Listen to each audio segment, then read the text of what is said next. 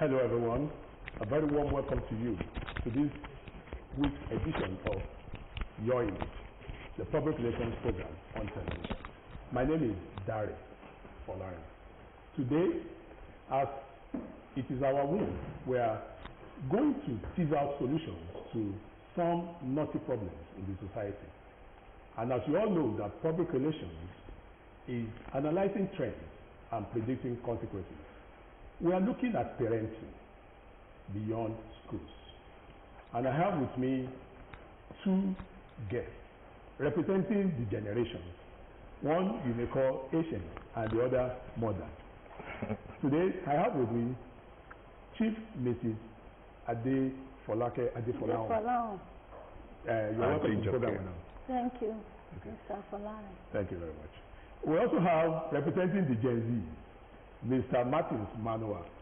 Good afternoon, sir, and thank you for having me. Okay, welcome. Yeah, parenting beyond the schools.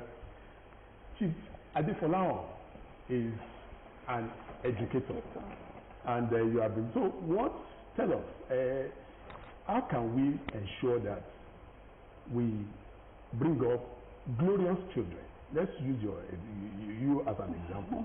What did you do when you were training your young ones? Thank you, Mr. Folarin. Training children should not be one-sided. It should be mutual. Okay. The school and the home. Because, you know, the home is their first place of teaching. They learn so many things from home. The school is the secondary, while the home is the primary. Right. So their parents and everything, the environment at home is the first teacher they have. And getting to school, you know, they spend hours in school. Out of 24 hours, they spend just 7 hours in school. And when they get home, they spend most of their time in school. So it should be mutual.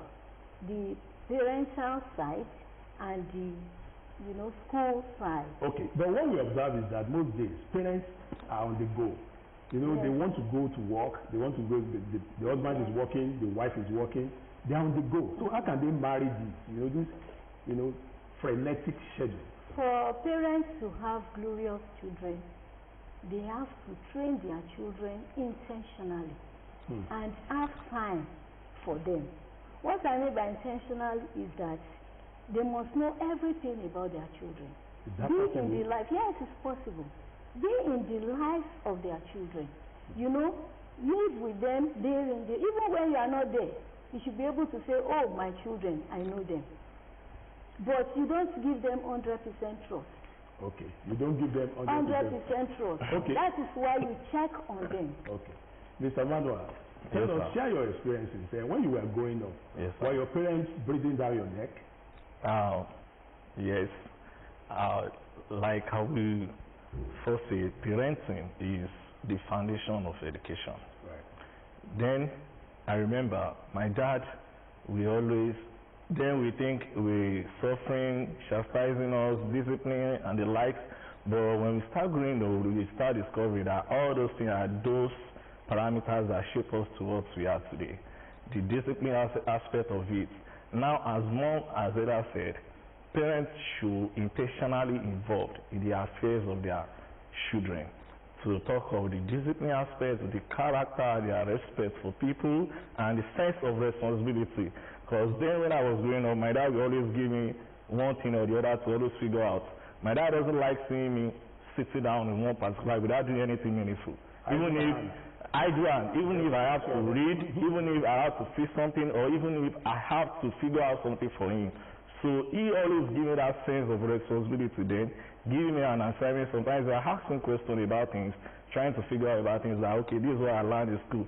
But one thing I observed then is that you always give the attention needed. That's why parents must be the bridge between the school walls, outside the school walls, and the environs. That's all. Giving them the right attention, their child need at the right time, maybe during the dinner, it might be during at night, maybe when we come from work, giving them that sense of, okay, what do you learn in school, what do you need to do, what have you achieved today, what have you learned today, and all those things are those parameters that shape us to what we are today. Okay, fantastic. Thank you. That was how you were trained. Yes, sir. What are you giving to your children now? How are you training your children now? Tell us. Do you have that time? Do you to monitor your children now? Thank you, sir. There is always time for everything that is worthwhile. Now, let me say, my generation is already distracted. We are distracted because we are in digital age, right, whereby we have access to many things. We have babies now that are being riding with tablets, phones, and different gadgets, all sorts of things. Now, we easily get exposed to influence on social media and the likes. Now, bridging the gap, training a child in this generation is having this sense of digitalization as a parent, that now we need to get involved with what they watch, what they view, things they do with their gadgets we provide for them, maybe their tablets or their games, their toys and the likes, and the kind of friends, the peers they work with. So with that, someone or as a parent can be able to raise a diligent and well-relevant child in this generation. Okay. I'm pleased to inform you that Chief Mrs. Adefolahan is the mother of that popular artist, Fireboy. Tell us, man, when you were bringing Fireboy up, tell us, what were the things that you did that ensured that you became this popular? Thank you. At that time, you know, I gave my everything into bringing up my children. Okay. Number one, I reduced my friends. I don't go out much. Okay. In fact, from work to the market, I stay with them. I know the time they are supposed to come back from lessons. When they are 5 minutes late, I know. So when they are home, I know the time for them to take their phones, because they have phones. Right. To make use of their phones for assignments, Google about their studies and so on. And once it is 7:30, you place your phone on the cabinet. Okay. You go to study, you shower, you have your dinner, then to bed. So at times even television, we might not on the television throughout the week. They watch television only by weekends. So that discipline was there because the parents were there in their lives. Okay. I monitor everything. I know their friends are my friends. Okay. You know? So many things like Ashwebi, I don't involve myself in Ashwebi. I face and focus on my children. Okay, you spoke about monitoring. You know, tell us your secret.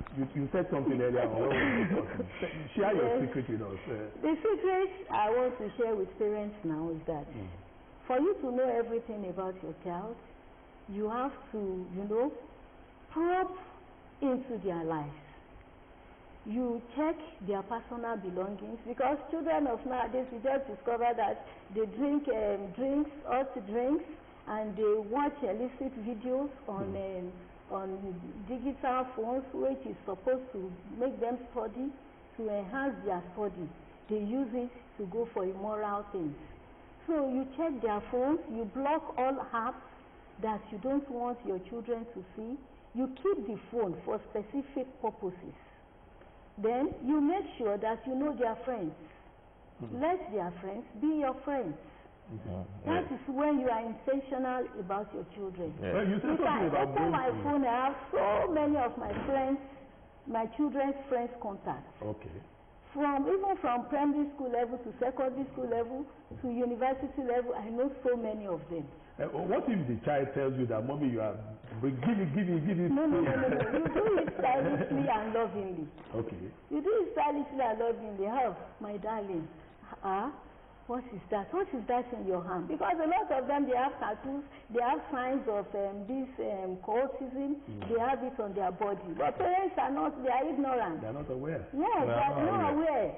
You just get into their privacy and see, I'm sorry for coming to your privacy. Meanwhile, you have achieved what you want to achieve. Okay, Martin, yes, sir. Yeah, you know, children are very crafty. You know, they're very ingenious. Yes. They have ways of this. So tell us share your experiences there where you can hide. It is what you want people to see that they will see. Yes.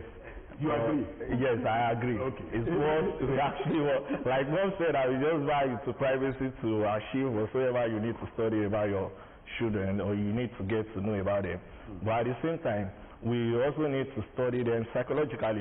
You observe, and this has to do with two aspects. Is either you observe them for what, based on their potentials, or what you are, or like mom now. Before mom could say, okay, let me dedicate my time, let me reduce my friends, let me do this, just because to achieve the dream of that young man. Right. Now, there are things parents also need to sacrifice, there are things parents also need to put in place for every dream to be achievable, or for every potential to ride out and be useful with their children. Now, if at the sense that you need to balance your own lifestyle, your responsibility, your daily affairs, and with the family affairs, raising up a relevant child, that will later in the future become a responsible citizen, you need to always study psychologically. You observe their behavior. For instance, if I should go out and I drink and I come back home, then it's not that we are not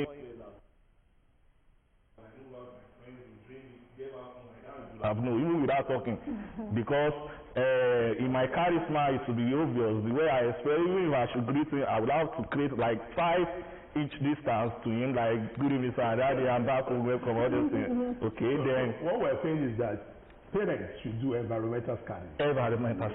They should always observe their children, their daily affairs, and that's why parenting is not just being a parent and a father and a mother, is a responsibility.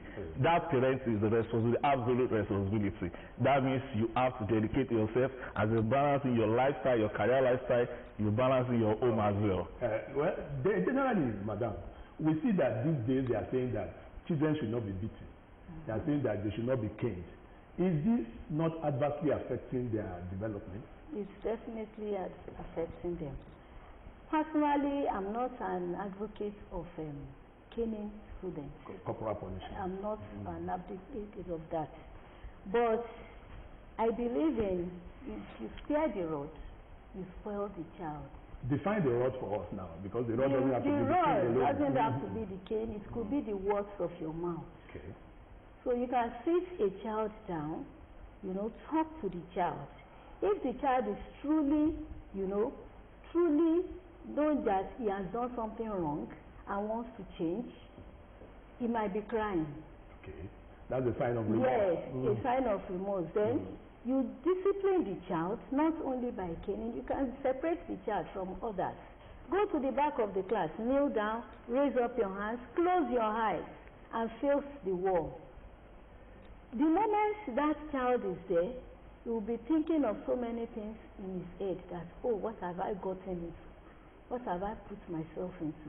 It's a way of, making the child to be remorseful and changes if he or she wants to change. Okay, if he or she wants to change, that's very important. Yes. You spoke about distraction. Yes, sir. And we know that this social media is a big distraction. So what are very big people, generally parents and everything, about the responsible use of social media? The responsible use of social media, parents need to be intentionally involved in the affairs of using all these gadgets, whatever they get for their children, or maybe they go to their hands to get it for themselves. They should always be involved in what they watch, the kind of friends they move with, the influence, and what are they doing with all those gadgets. Now, we can't dispute the fact that even parents of these days encourage their children to get accounts on social media, using it for content for another, maybe for monetary value and the likes. We can't dispute the fact that people are earning money on social media. So we have the efficacy of this, we have the pros and cons, and we also have the disadvantage. But the disadvantage aspect is what parents should need or ought to be sensitizing them ahead. Now, as they are growing up, this thing is good. You can learn skills. Like I met a family friend. I used to be their homeschool teacher. It's one of the best stories in ways back at Larude. But this is the way they train their kids with the use of all these in this digital era. Right. Then I learned that from them as an example. Whenever their kids get back from school, even if they need to watch television, the only station they watch is about documentary. Okay. Things that could help, they can learn, things they can learn from stations that add value to them. Right. And with their gadgets, you see them using all these helpful games things that can build up their understanding, things that can teach them. Those are the things they engage themselves with. Now, as a parent, yours is to sit there down. This thing I'm getting for you, this is the usefulness of it. This is what I want you to be using it for. Okay. You must set out a standard for them, for their use, and give them the rules. Like Mom said, like by 7:30, she'll have told all our children that we drop the phone on the cabinet. Like my dad used to do to us as well. We don't watch TV till 8. Okay. So by then you have your prep time to read to research, reverse on what has been taught in school. Then by 7 you are done with anything. Then you keep it up. Then you go to bed. So this is Adefolahan. Tell us, you are also a school principal. Yes, the experience you've had over these years, what are the things that you think government can do more, or that parents too can do to help their children and what? On the part of parents, we deal with most of them are illiterate. So when we have our parents-teachers meeting, we advise the parents that even if you cannot read and write, you can still train a child to become a responsible adult. And you can monitor your child to be excellent in school. Right. How do you do this? When your child gets home, you know the date. If you don't know anything, you know the date. Right. If today is 12, you know that tomorrow is 13. Mm-hmm. You know that the following day is 14. Yes. Just check the dates in their notes. By that, you get to know if they are not coming to school regularly. So I often tell my parents that way in the parents-teachers meeting. Then on the part of the government, governments cannot do much because the governments are not in charge of the lives of the children. They can only monitor the children while they are in school. And that's for how many hours? For just 6 or 7 hours. So majority of the work borders on the parents. Parents, they should be involved. They should give time to these students, the children, so that in future the children can be useful and become responsible adults in the society. Yes. Okay, but discipline, most generations, these days, these children will tell you that what is your own? And what is your they will question you. In those days, discipline is even a communal issue. Right.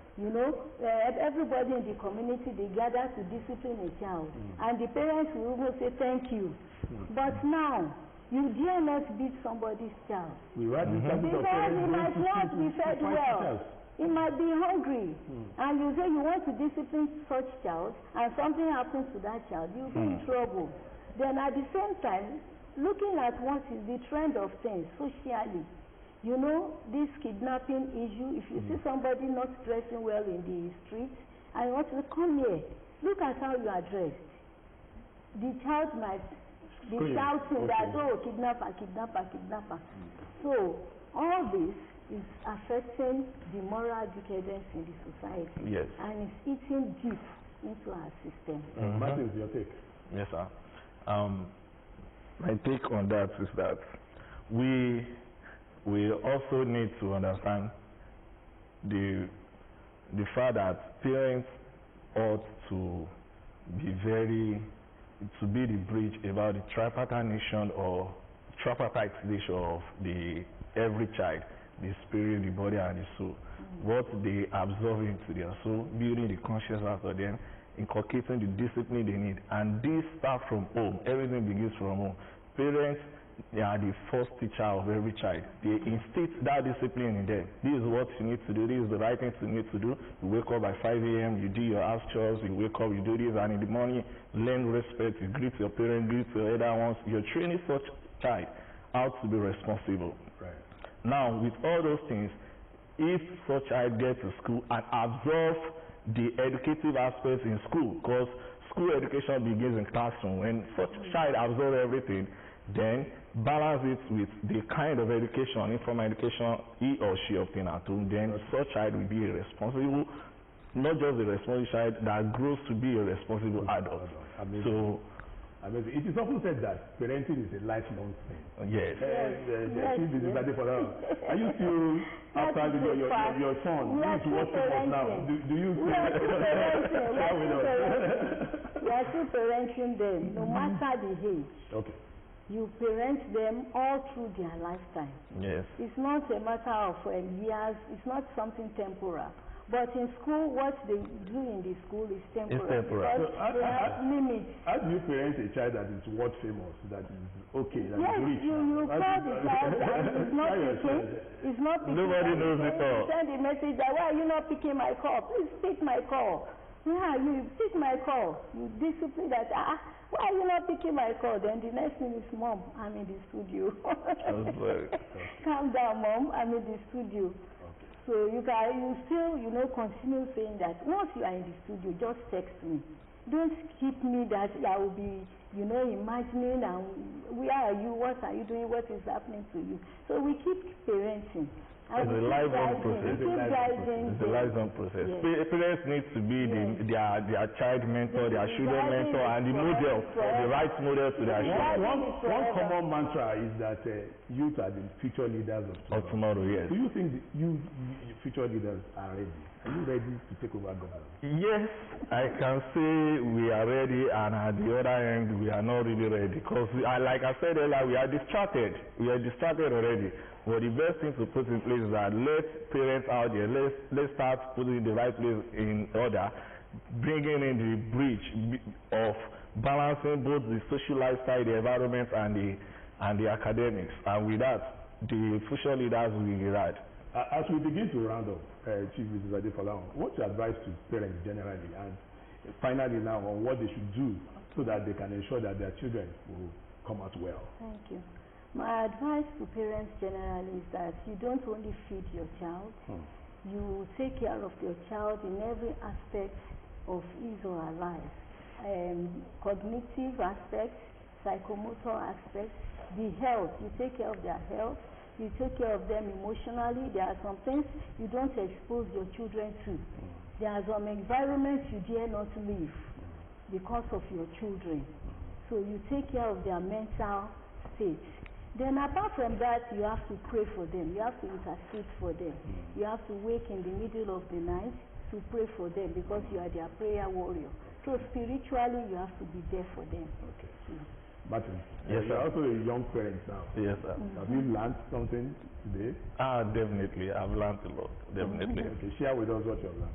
Yeah, I've learned that parents need, let me take it from prayer, because I would like to even address the whole prayer properly, is that they should, in all they do while bringing up their children, they should make them know God early.